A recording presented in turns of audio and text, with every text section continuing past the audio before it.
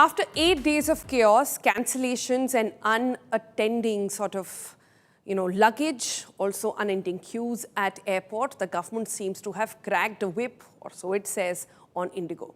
The Civil Aviation Ministry has cut back IndiGo's winter schedule by 5%. Winter schedule is what? It's basically the number of flights that they will operate. Now the government is saying we'll cut down their flight operations by 5%. Saying that IndiGo has not demonstrated any ability to operate these scheduled flights with efficiency.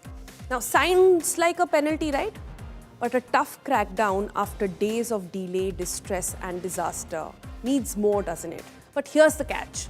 That 5% reduction is in fact what many are calling a hogwash, because the ministry had already given IndiGo a 6% bump in flights for the winter schedule.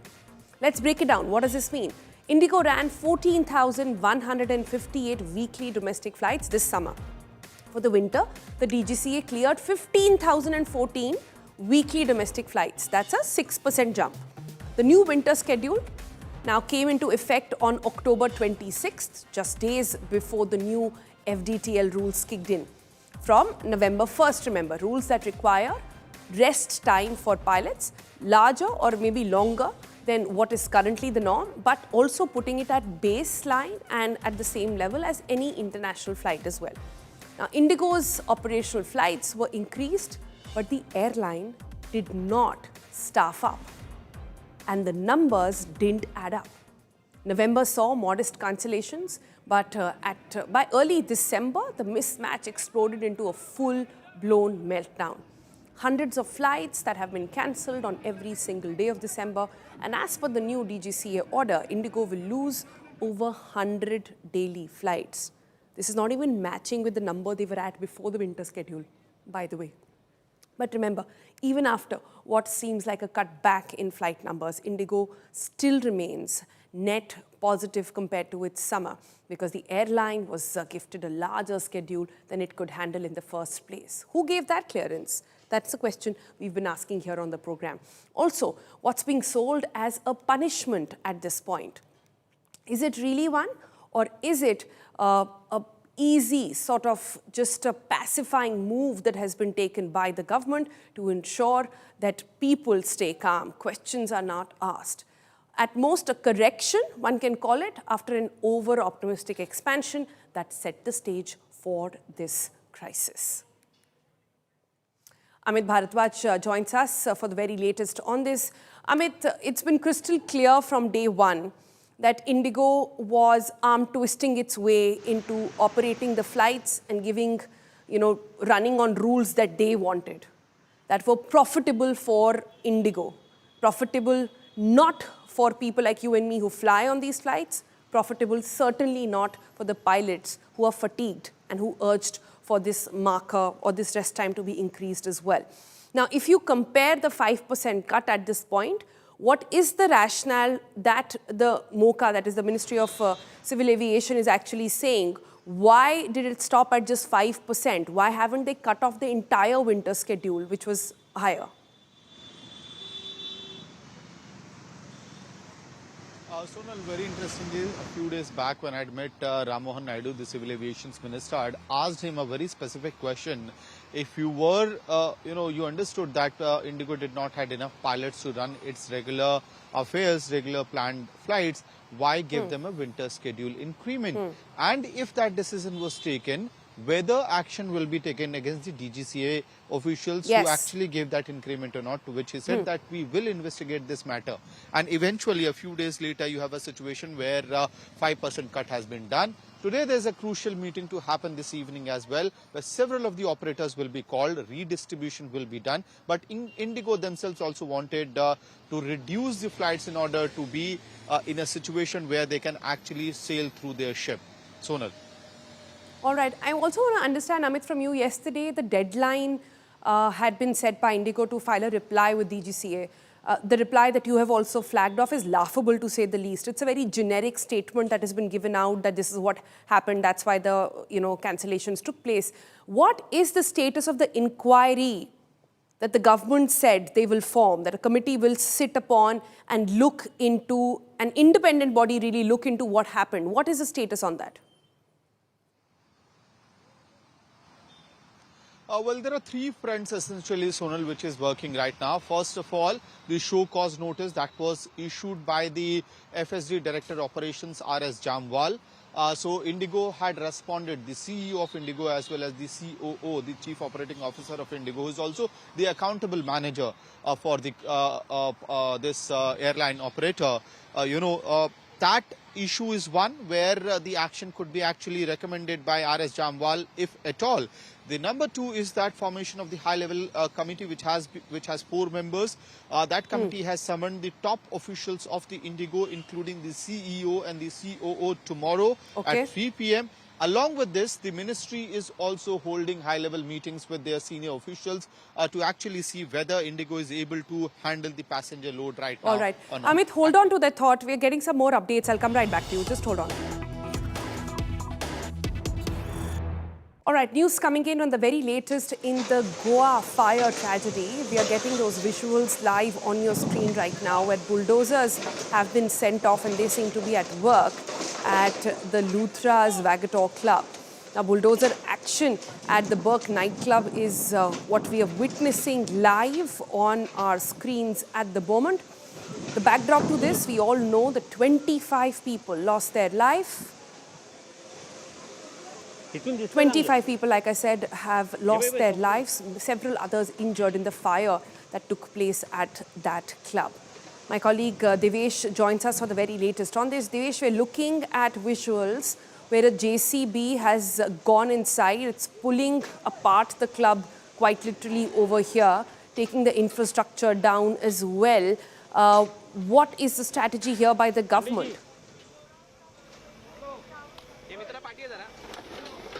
Well, I would like to point out that it was India Today television that first brought to light yesterday that this Romeo Lane club, another club of the Luthra brothers located at the Vagator beach, had been constructed illegally. There was a demolition order issued by the Bombay High Court, but despite that, this club hadn't been demolished and it was functioning till Sunday, when the incident at the Birch nightclub of Luthra brothers at Arpora had happened. It had claimed 25 lives, and this story was highlighted, brought to light by India Today yesterday itself, and today you can see that demolition action has been initiated by the Goan government, by the Goa Tourism Department.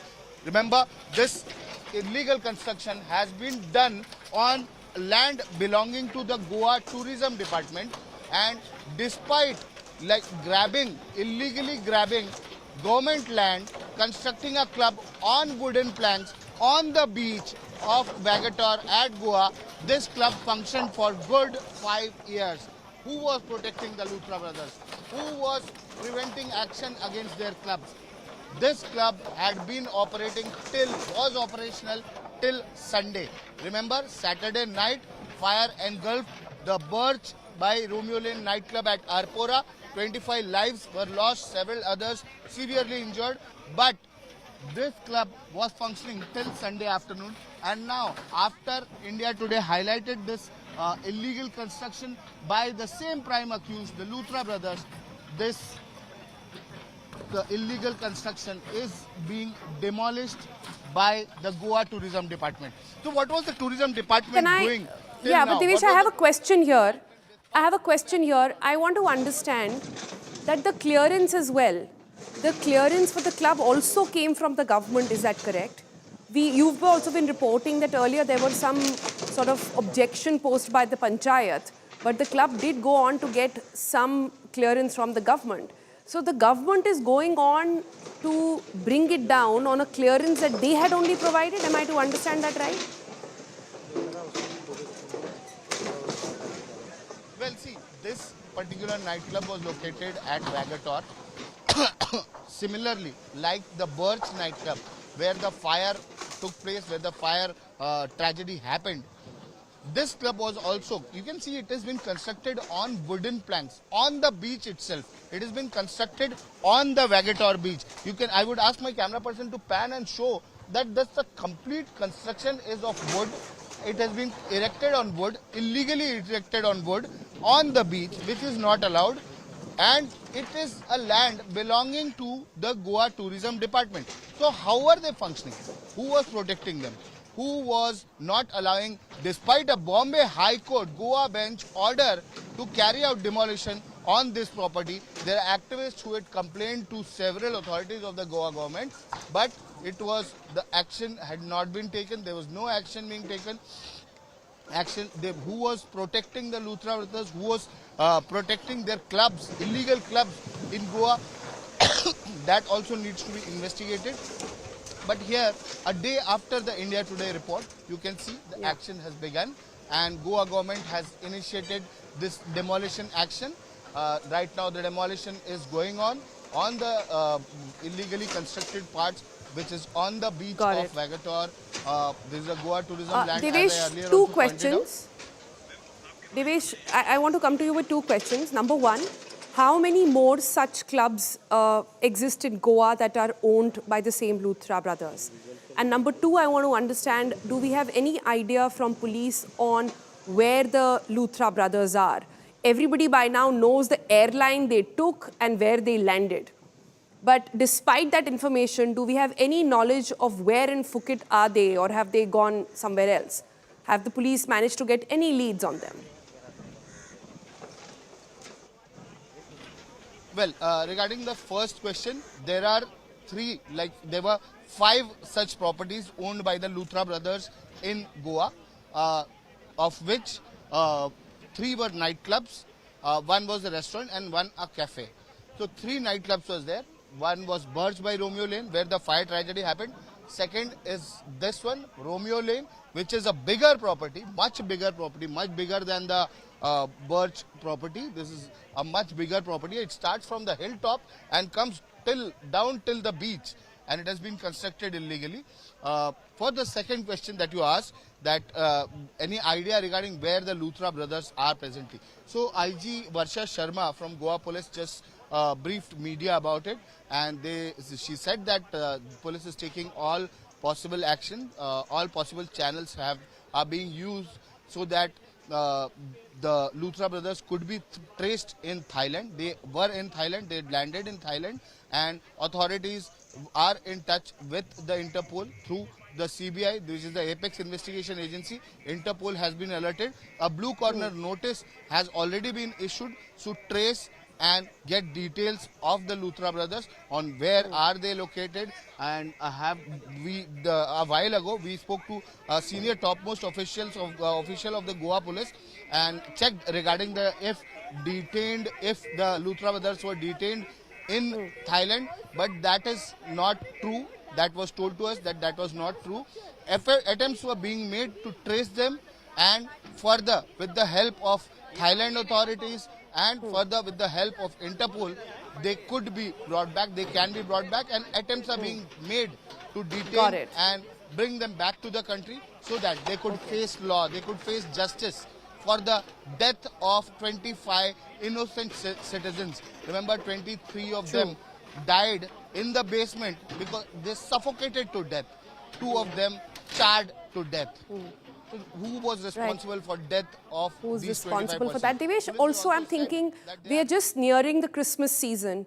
We are nearing New Year's as well. This is the time when Goa is most busy, when all flights are expensive, clubs are booked, hotels are booked as well. A lot of India's elite go to Goa to party. This entire tragedy, has that taken a toll on the mood in Goa? And what are restaurateurs, others, really telling you at this point? Well, yes, this is the season where a lot of tourists come to Goa, and Goa is already seeing a surge in number of tourists who have come to Goa for holidays. It is the year end, many more tourists are going to come. But now the Goan government has emphasized that there will be regular checks. There will be checks that will be conducted in each and every nightclub. Audits will be done. Fire safety audits will be carried out so that no such incidents happen in future where innocent people lose their lives. So all precautions are being taken. But let's see for how long this action continues. So we need to wait and watch what the Goa government does in near future, like this, the tragedy has just happened. It was just 2 days back that 25 people have lost their lives. But we need to wait and check on what Goa government does. Just like, will it be regular practice? Will it be a regular practice? Regular audits will be done. Regular safety audits will be done. Whether permits will be checked. Whether the permissions will be checked. Because Devesh, whether the inquiry will find out that who allowed construction like this to happen from within the government as well. As you and I both know, any illegal construction of this magnitude, of multiple locations, multiple restaurants, clubs, etc., doesn't take place in a silo. It always is hand in glove with somebody in a position to power who's managed to sanction it off. And for Goa government, where a lot of their economy depends on tourism, one would like to believe that they're taking this issue seriously and will get to the bottom of the matter.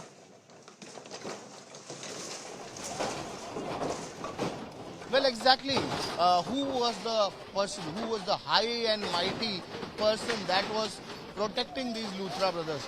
So there have been allegations that even if the local police wanted to take action, they had initiated action, but they were stopped. So who are these high and mighty people who were protecting these Luthra brothers and who were protecting their business interests, who were protecting their illegal clubs in Goa, constructed on illegal land, without fire safety permission, without fire safety audit, without any kind of permits, without any kind of norm being followed? These clubs were functioning, people frequented these clubs, and it was just a ticking time bomb. Even this club was a ticking time bomb constructed out of wood, cane and jute. If a fire erupted at this place, it cannot be stopped. Like, there is no fire safety precaution being taken. Now illegal construction has been done. Various rules have been flouted. Coastal regulatory rules have been flouted. The CRZ norms have been flouted. So despite that, this club functioned for 5 years. How was this possible? And at a beach which is very prominent, which is frequented by foreign tourists as well, how did this club come up? Wasn't it noticed by the local panchayat? Wasn't it noticed by the local police? Wasn't it noticed by the government authorities of the tourism department that their land was being usurped and club had come up on their land? So what was being done? Why did they turn a blind eye to it? Why were the authorities turning blind eye towards Luthra brothers' business interests and allowing them to function in a way which could endanger life and personal safety of others? People paid for visits to these clubs and they were endangering their lives. Imagine this complete club has been erected on wooden planks, nailed with joints, and just a strike with the earth mover and it has come down. Imagine if it was full, if there was heavy footfall, what could happen? This was a ticking time bomb. There was another tragedy waiting to happen, and that is why activists had flagged it with authorities. But there was no action then. Now action is happening after 25 lives have been lost. Over to you. Action, but this is like a band-aid solution, right? You go after one person, you go after one such restaurant chains. What about the others? Where is the audit report? If you'll remember, after the Upahar tragedy that happened in the national capital several decades ago, there were new laws that were set out in the country on what fire safety will entail for any entertainment place. Clearly, those laws have been flouted, but one wonders if this is the only club or there are others also in the radar. Do you have a sense from the government on what they're doing about the other clubs? Like we said, this is peak season in Goa. You can only expect more people if they're not deterred by the news, of course. Are there any preparations being done outside as well, apart from what we are seeing behind you?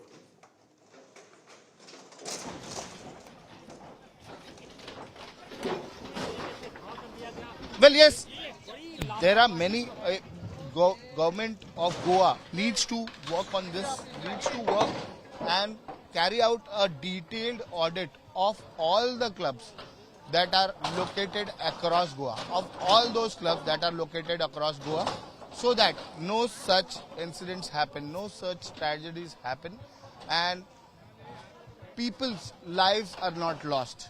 people who had come for to enjoy their evening, people who had come to enjoy their evening at the club lost their lives to a fire that erupted because of fireworks being used by the club management. They had used flammable material, and that flammable material led to became a death trap for 25 people. It became a death trap for 25 people who had come, like many of them were workers, many of them were employees of the club who lost their lives. There were four tourists who lost their lives because of some person who was trying to make a quick buck out of these illegal settlements, out of these illegal business interests, which had no permissions, which had no government permits, which had no permission from the panchayat or the town and country planning department, no trade license at all. But despite that, they had been functioning for years together. For years, they had been flouting noise pollution norms, the pollution board norms, the coastal regulatory norms, trade license norms. All those norms were flouted. They were not followed at all. But despite that, now this action is happening after 25 lives have been lost. Over to you. You know, if I can be candid about this, we all know that in India, if you go on to check permits of one place, it will be hard to find a place which is fully proofed, right? Which has all permits in place. That's just how we operate. If you go and find something, you will find a flaw. This is an open sort of secret of sorts that there are always, flouting of norms that takes place. But again, I'm coming back to that point. What is the plan of action that government has in mind? Are they putting any sort of certificates to be put out right at the entry of these clubs to boost confidence of people who are going inside? Is there an audit that has been ordered? Is there an independent inquiry that is taking place on this issue? Because right now these are very dramatic pictures, but like he said, this is getting after one person. This is also going behind one particular chain of restaurants. What about others that might exist and we don't know about? Well, exactly, you rightly pointed out. What about the others? Now, Luthra brothers have erected these. Luthra brothers have illegally created these clubs. They did not wait for permissions. They did not wait for any kind of permits, and they just erected these clubs. It is not possible for a layman to do that. It is not possible for an ordinary person to do that. They did have some kind of influence, some kind of protection from some person who was high and mighty and who was protecting them. And that is why no action has been taken. You put a brick at your place and the municipal authorities come running to your place asking you to remove that brick, or they'll demolish the complete wall. Or they'll demolish the complete wall. That is the condition in civic bodies across the country. If an ordinary person puts one illegal brick, one brick, additional brick to his wall, the complete wall will be demolished by the civic authorities. But here a full-fledged club comes up which is hosting 200 to 300 patrons every evening. But there are no questions being asked. When activists pointed out to these illegalities, irregularities, they were threatened. Activists approached police, approached Goa government, approached senior officials, but no action was taken. Was it possible in case of an ordinary person? Was it possible in case of a layman? No, that won't be possible. But for Luthra brothers, they had a red carpet, and that is why not one or two, they had created 5 business entities in Goa itself, and they would be here once in a month or twice in a month to oversee the functioning of the club. But they had multiple clubs operating across India, and of which 5 were in Goa itself. How was this possible? This brings to a question that how was this possible? The person residing in Delhi, coming to Goa just for a day or two, and his club runs smoothly, a completely illegal club runs smoothly without any problems from the authorities, without any questions being asked. without any penal action being taken against them. Got it. Only after the Devesh, we'll come back to you to get more of those dramatic pictures that are coming in. For viewers who are just tuning in, let me just give you a very quick sort of brief here. If you're tuning in right now, these are pictures coming from outside the Romeo Club. It's owned by the same people who owned the club, where 25 people lost their life because the fire safety norms were not in place. You are maybe just wrapping up at your workplace as well, gearing up to brave that long, exhausting bumper-to-bumper crawl back home. But before you take that very familiar, painful traffic road to your house back, factor this. A new 5-year study says that your evening commute is delivering the worst lung damage of the entire year. That's right. Not the winter smog, not crop burning season, but your daily almost 5:30 to 8:30 and then beyond drive home is the one that's causing maximum damage to your body. Now, how did the researchers find this study? Now, they found that evening commuters inhale about 40% more PM2.5 and 23% more PM10 than, say, the morning travelers. And remember, the smallest particles, PM2.5 and below, are the most dangerous of all. It does permanent damage, it enters your blood veins. I mean, there's just no going back from there. They slip deep into the lungs, enter the bloodstream, fuel heart diseases, strokes, cancers. And here's the terrifying part. They can stay in your body for years. Air pollution, remember, also accounted for 15% of all deaths in Delhi last year. And this study shows that the evening commute of Delhiites has been a major driver of that health burden as well. Yes, wearing masks helps. Portable air purifiers, they also help. But these are stopgap arrangements, band-aids on a gaping wound. The capital's real need at the moment, or perhaps 60% of the country's real need at the moment, is urgent, sustained action to cut vehicular emissions. Because if that simple act of going home is becoming a daily assault on your body, on your lungs, what more evidence do we really need to finally treat this like a health emergency that it is? But talking about, being in the car in the evenings, which I'm sure a lot of us, our viewers, are going to be in as we speak, we found out that there is a way to keep you safe inside your car. We also, like we keep saying on the program, offer solutions as well. So this is one such solution to tell you how, if you have no option, but to be stuck in one of those cars over there in traffic for almost 2 to 3 hours every day, what can you do with your car? And even if you're taking a cab, what precautions can you take? Take a look.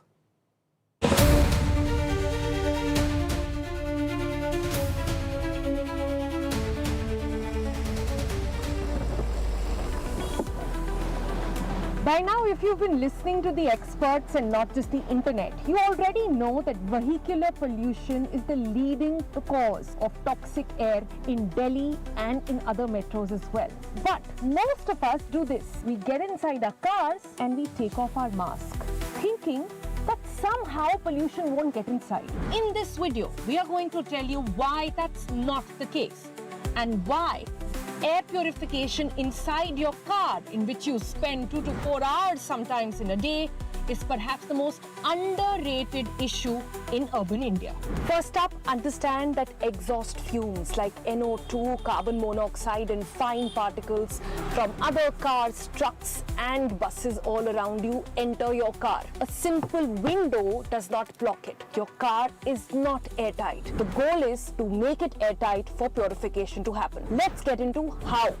The first thing, to make your car airtight and thus air purified, you have to ensure that the car air circulation button is on.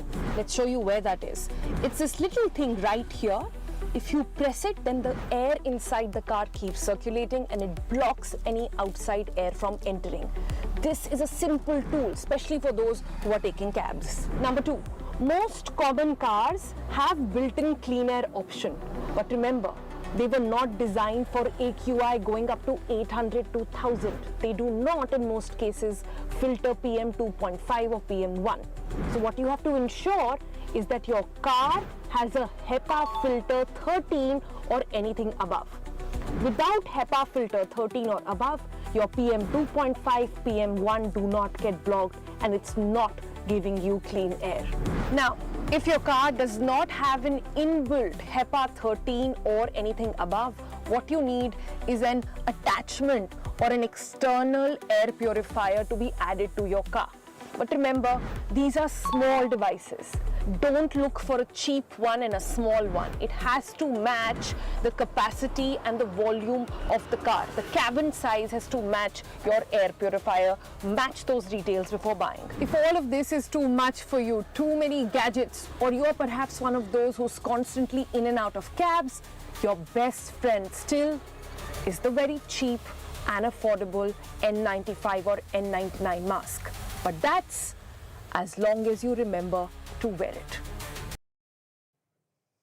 All right, a quick sort of a disclaimer over there.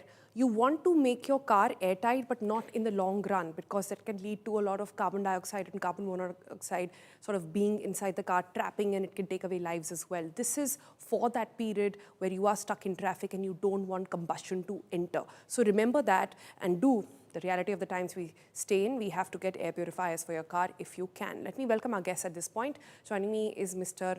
Devabhakti Tuni. He's engineering and public health researcher. Also with me is Dr. M. Wali. Dr. Sri Krishna, let me sort of come to you first. I want to understand the entire concept of evening pollution being higher than morning hours, because the same number of people are actually on the road, right? The same number of cars as well. Is it the concentration of a particular time period that is causing it? Is it the temperature? Is it the time of the day? What's leading to more air pollution in the evening hours compared to the rest of the day? That's an excellent question, and I think all of those factors are definitely playing a role. I would not venture to say that we know for sure what the reason is, but certainly the weather and the concentration of at the rush hour time is the biggest factor. All right, rush hour time is a factor. Yeah, okay. Sorry, go ahead. Yeah, and that will, you know, when all the cars are on the road and, you know, there's so much emissions, it's going to cause a you know, significant increase in the overall concentration, and so that is actually a big factor. Right. We just played out a report as well to sort of showcase to people what they can do. Do you think there are other ways in which one can stay safe in the car? Because if you live in an Indian metro, you don't have an option. The connectivity through public transport isn't that good that everybody can jump on a metro or a bus or a cab, right? And not everybody carpools, because last mile connectivity, again, isn't so great. So in a situation like this, what do you recommend people do, apart from, of course, stay at home and work from home? Yeah, I think you did a really good job of explaining the different options. The mask is certainly the first line of defense, but you cannot always wear the mask. A good mask, an N95 mask with the head straps, is very important to keep a seal. And the second thing I think you mentioned is the recirculating the air. That works for short periods of time. And so putting it on recirculation reduces the amount of air that's coming in. But it doesn't make that much a difference unless you actually filter the air. So you need to clean the air that's inside the cabin. And so think of the cabin as about 100 to 200 cubic feet volume, and once we close the windows, there will be some leak that'll come in. Even when you press recirculate, there'll still be some particles leaking in, maybe less than you turn it off. And so the same thing happens on airplanes as well. They have leaks. And so on airplanes, the way they solve this problem is it's called bleed air on airplanes, and they basically they recirculate the air and they have HEPA filters running at 12 air changes per hour. So that 12 air changes per hour, I measured this on 3 different wide body jets. And what it does is it rapidly reduces the particle counts that are in the confined area. And to replicate that, you would need about 20 to 40 cubic feet per minute of clean airflow from, and that's in metric units, that's about 30 to 60 cubic meters per hour. And to get that, you could use battery-powered air purifiers like this, You probably need about 2 to 3 of these things for a small compact car, or maybe if you need proportional to the volume. But basically, you have to add those to the interior of the car. Got that, it. On full speed. But my problem with the car air purifiers is that a lot of times they don't display the AQI number. So you don't really know when it's going up or down, because they're small in quantity, and also, a lot of them that you get on, say, a lot of these quick commerce websites are not really reliable. They don't really have HEPA 13, which is the requirement at this point. But let me bring in Dr. Wali at this point. Dr. Wali, who would have thought that first you need an air purifier for your house, then you need one for your office, then in those 2 hours of horrid traffic that you need one there as well. We should all just put on a mask, I think, and just put, align ourselves with an oxygen machine, because that's the only way. There doesn't seem to be any escape from this air pollution. Like I keep saying, these are just band-aid solutions. Aren't you fed up with the government who's not even looking at it as a problem, forget solving it? I first compliment you for making an excellent point and making an excellent research, and to your channel, you are bringing in this concept for the first time. I've been speaking on pollution for last 2 months. This is happening because we are not stopping pollution, our bad habits. And I would add to what you have described very correctly, that car tires also, when they roll on the road, they bring out those smaller particles which you are talking in a great number. A car tires get worn off by 1.5 kg in 3 years, and one flight takeoff leaves 1 kg of the fine particles, and one landing gives in the air 2 kilos of fine particles that we call less than PM 2.5. So now we are very happy. I'm very happy that we are talking about micro fine particles. You see, air you cannot compartmentalize. Car air, outside the car air, house air, roof air, veranda air, outside the road air. You see, air is a continuous layer. It is a stratosphere, atmosphere. These layers are continuous layers. And I tell you, this is going to be a very big problem for our children who are growing, for our elders who are dying early, both of them. And imagine my 3-year-old daughter. Well, we really hope. Yeah. We really hope the government is listening to all of these, because we are not falling short of air pollution stories and angles and fallouts to really cover here on the program. We really hope when the parliament is dedicating so much of time to discuss other reforms, why isn't air pollution a priority? Dr. Wali there and Dr. Sri Krishnan, thank you so much for joining. Sadly, that's all the time we have on the program today. Thanks so much. We'll see you again tomorrow, 5 o'clock. Bye-bye.